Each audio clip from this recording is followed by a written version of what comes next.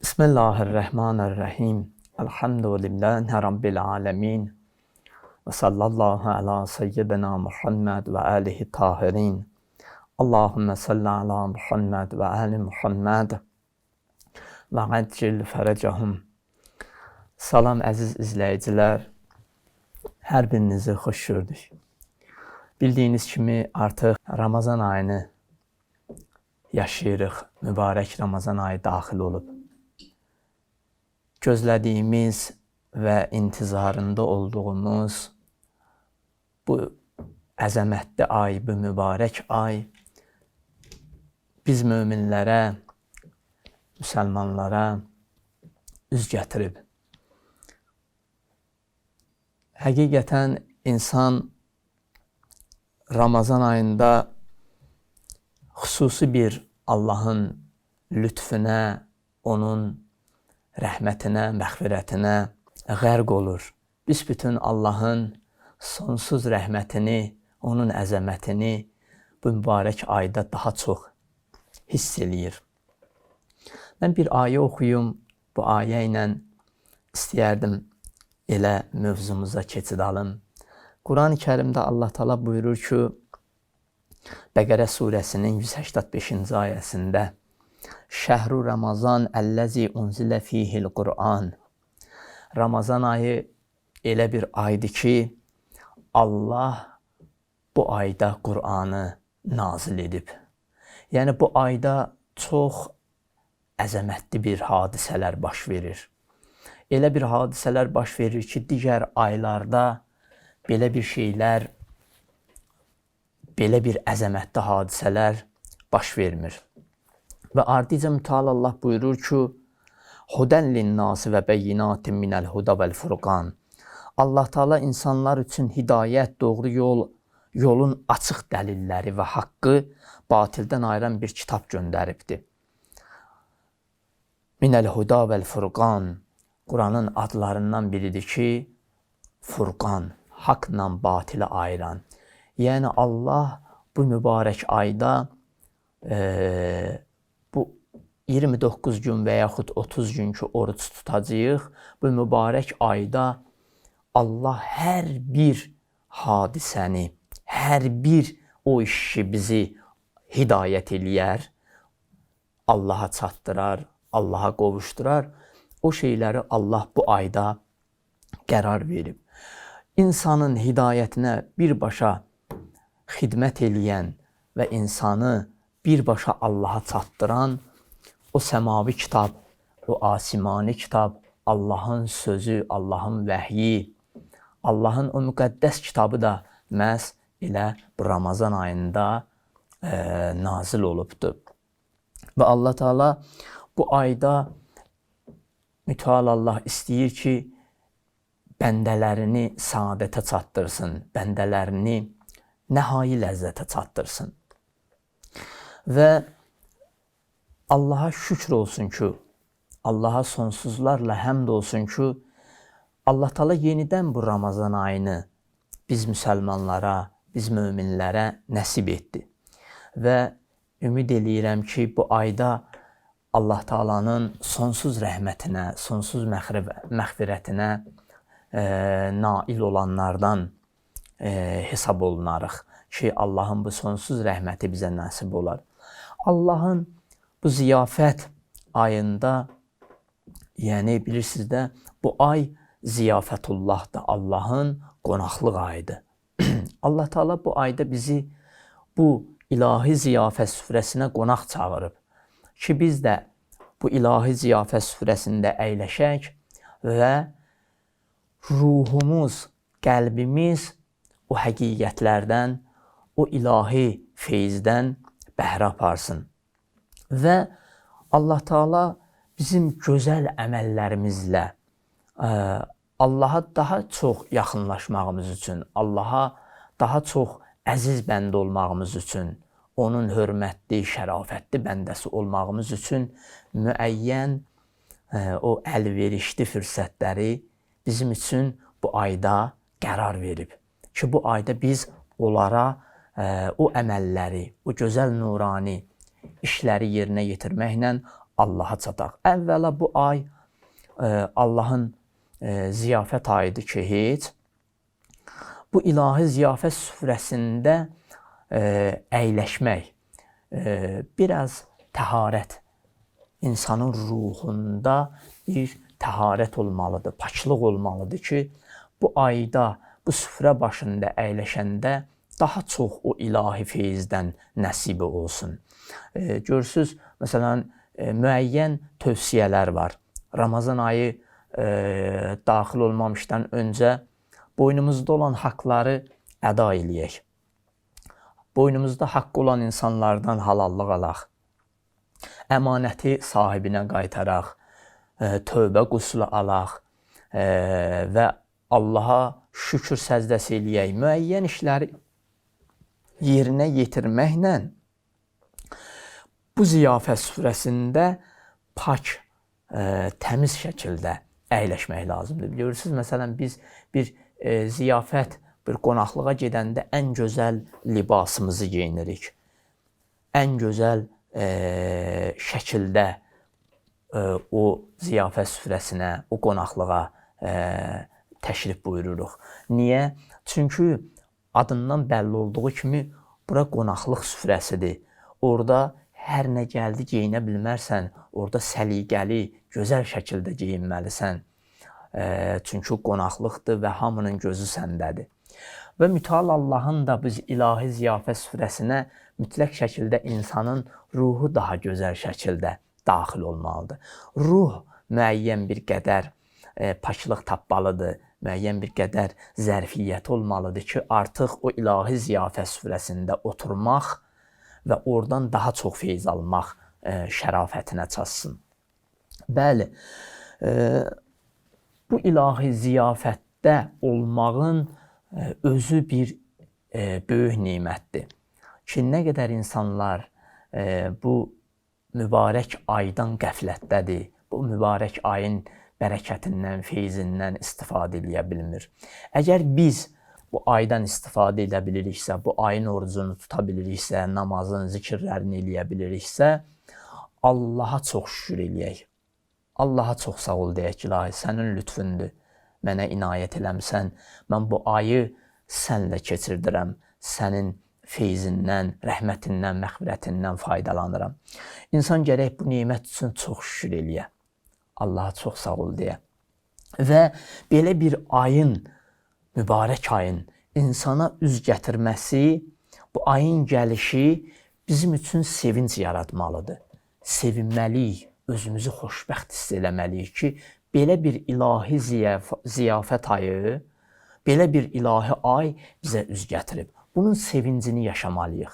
Baxın, ola bilər bəziləri, Allah eləməsin, bu ay gələndə, çıxanda heç bir fərqində olmasın. Bu ayın gəlişi, bu ayın çıxışı bunun üçün heç zərrə qədər fərq eləməsin. Elə ancaq səhər, imsakdan iftara qədər orucu batil edən işləri görmür və oruclu hesab olunur. Amma insanın ruhu, insanın qəlbi bu ayın gəlişi, bu ayın çıxışına görə müəyyən sevinclərə qərq olmalıdır və bu ay çıxanda qəm-qüssəyə, kədərə, hüzünə getməlidir ki, ilahi, belə bir aydan mən artıq vidalaşıram. Və ona görə məsum imamların dilindən bu Ramazan ayından vida duaları var. Göz yaşı tökə-tökə, fəryad eləyib ağlaya-ağlaya ki, belə bir aydan, belə bir ilahi ziyafət süfrəsi artıq yığışdırılır və mənim əlim, qolum bu bərəkətlərdən, bu rəhmətdən, bu məğfirətdən kəsilir. Ona görə, əziz möminlər, bu ayın gəlişi üçün çox sevinməliyik. Allaha şükür etməliyik, sevinməliyik ki, ilahi, sənə həmd olsun ki, belə bir əzəmətli ay artıq daxil oldu və mən bu ayda, bu Ramazan ayının ilahi ziyafət süfrəsinin qonaqlarındanam. Bilirsiniz əzizlər, Ramazan ayında artıq insanın qəlbi və ruhu bir ciddi məsələyə çevrilir, aktuallaşır. Yəni Ramazan ayında Allah Taala'nın müəyyən bir hədəfləri var ki, o mühüm hədəflərindən biri də insanın qəlbidir, ruhudur. Digər aylarda, digər günlərdə biz ruh tərəfimizə daha çox diqqət ayırmırıq. Ruh tərəfimiz daha çox gündəmdə deyil, bizim üçün aktual məsələ deyil. Mütəal Allah 3 dənə əzəmətli ay qərar verməklə Rəcəb ayı, Şaban ayı və sonuncu bu 2 ay ki, Ramazan ayına keçid ayıdır və sonuncu bu mübarək və əzəmətli ayla istəyir ki, bizim ruh tərəfimizi, qəlb tərəfimizi bizim üçün aktuallaşdırsın. Ki, sənin ruhun belə bir həqiqətdir ki, bütün dəyərin, qiymətin, alicənablığın sənin bu ruh tərəfindir. Ruhun, qəlbin nə qədər sağlam olsa, bir o qədər həm bu dünyada, xüsusilə də axirətdə daha izzətli olasan, daha hörmətli olasan, daha şərafətli olasan. Ona görə Allah Taala bu Ramazan ayını bizim üçün qərar verib ki, bizim unutduğumuz, qəflətdə olduğumuz ruh tərəfimiz aktuallaşsın. Ruh gündəmdə olsun. Çünki elə hədəf, məqsəd yaradılışda insanın ruhudur. Allahın hədəfi və məqsədi insanın yaradılışında onun ruh tərəfinin kamala çatmağıdır. Ruhunun inkişaf etməsidir. Ruhunun Allaha qovuşmasıdır. Diqqət edirsiniz. Ona görə mütəal Allah insanın ruh tərəfini nə edir? Bu ayda aktuallaşdırır. Və ruh can atır bu ayda ki, Allaha çatsın, Allaha qovuşsun. Baxın, ruhun, qəlbin bir dənə hədəfi var, bir dənə istəyi var. Bir dənə istəyi var ki, Allaha çatsın, Allaha qovuşsun. O Allaha çatsa, qovuşsa, aramlıq tapacaq. Əla bi zikrillahi tətmainnul qulub. Allahı zikr eləməklə insanların qəlbi aramlıq və rahatlıq tapar.